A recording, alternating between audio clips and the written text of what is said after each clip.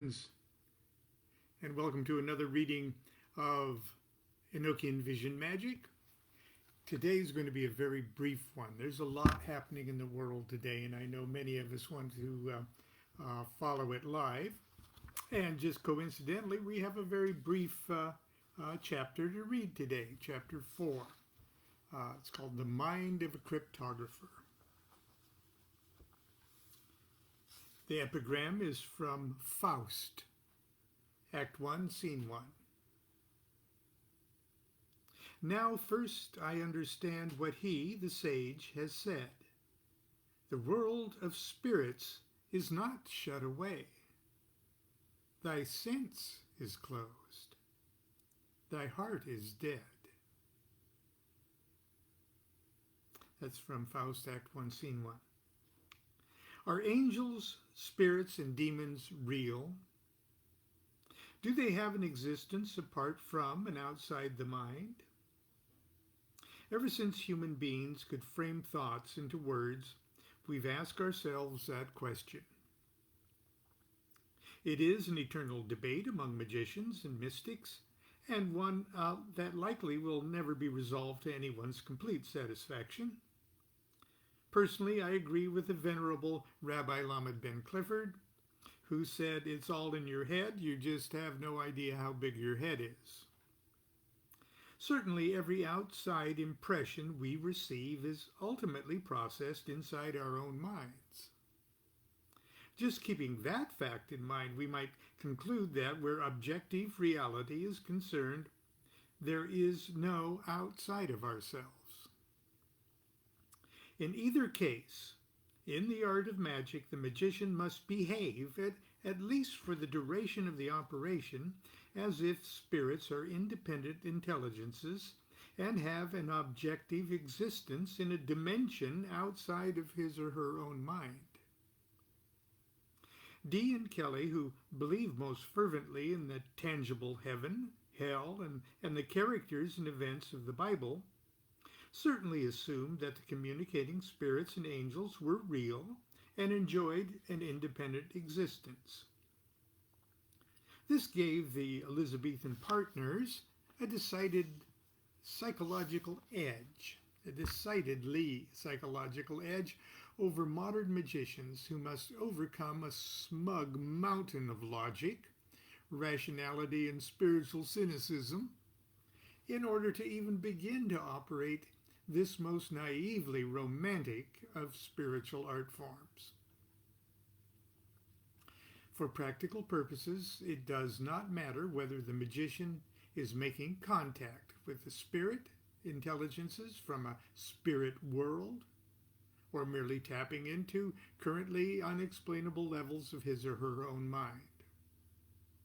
If the magician is properly prepared and operating under the right circumstances, it is indeed possible for him or her to make contact with intelligences that for all intents and purposes could be characterized objectively or metaphorically as angels, spirits, and demons. No two individuals are alike, and the art of preparing oneself and arranging the right circumstances for spirit contact is unique for every magician. For us to understand the elements of Enochian magic, we will need to get a basic idea of how the spirits went about reaching the minds of Dee and Kelley, especially Dee, who was, after all, the operating magician. In fact, there are instances where the communicating intelligences indicated that they viewed the two magicians as a single entity, with Kelley acting as an extension of Dee's mind. On April 28, 1582, Dee asks the Archangel Michael, "You mean two of us to be joined so in mind united as if we were one man?" And Michael answers, "Thou understandest."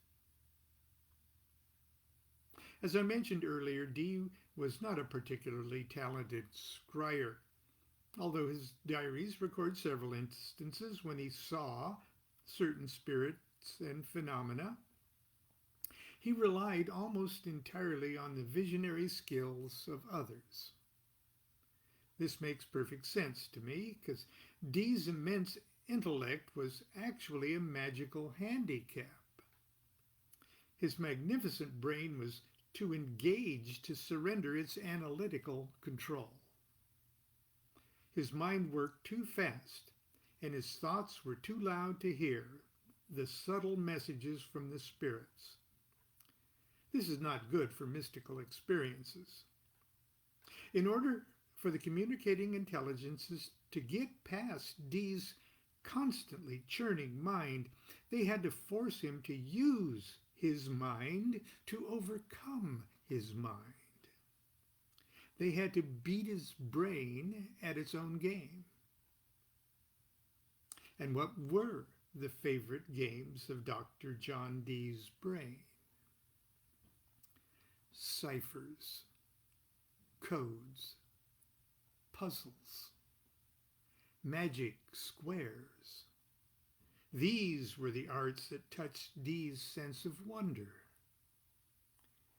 Had he been obsessed with music, the spirits might have communicated to him through melodies or harmonies or rhythm.